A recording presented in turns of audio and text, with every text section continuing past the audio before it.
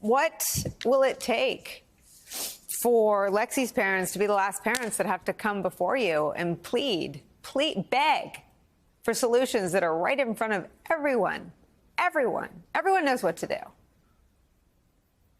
Nicole, right after that testimony, and on our side of the aisle anyhow, there wasn't a dry eye in the room.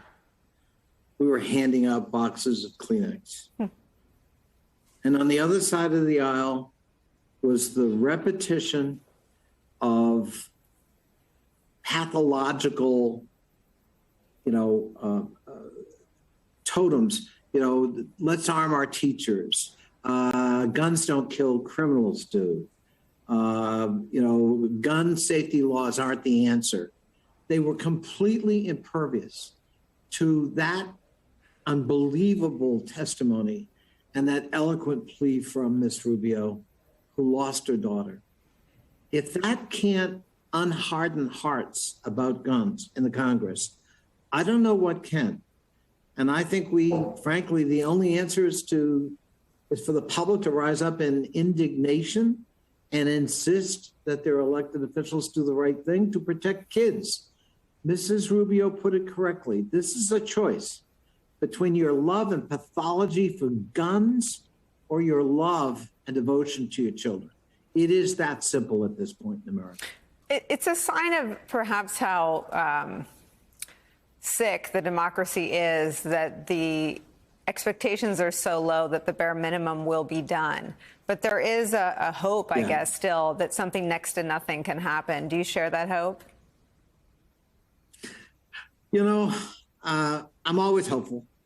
And I always believe that there's the possibility of grace and that sometimes facts can matter and can trump ideology. But, so many of my colleagues are enthralled to the NRA and the gun manufacturers that they are never, ever going to act on guns. We've had hundreds of massacres a year for the last 20 years. And we have not passed a single piece of gun safety legislation, not one. We're now losing more people to gun violence every year than we lost in the entirety of the Vietnam War. And that still doesn't unlock hearts and minds to do something. Well, there is a delta, though, between the hearts and minds and the public opinion of our countrymen and women. I mean, 85% of the country supports universal background checks.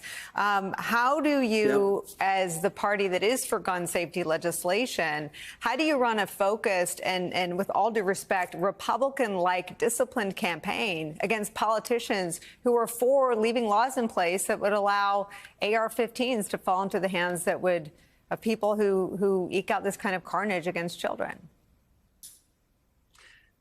I think we have to do what Mrs. Rubio did, which was to lay it out in stark terms. Are you for your kids, are you for children and saving their lives and protecting them? Or are you so devoted to your right to hold a gun and everybody else's right to hold a gun that you're willing to sacrifice kids? That's the choice. And I think if we speak in those terms, if we make that clear that that's the choice we face, and that's the choice you ought to make your elected officials make, I think we can make some progress.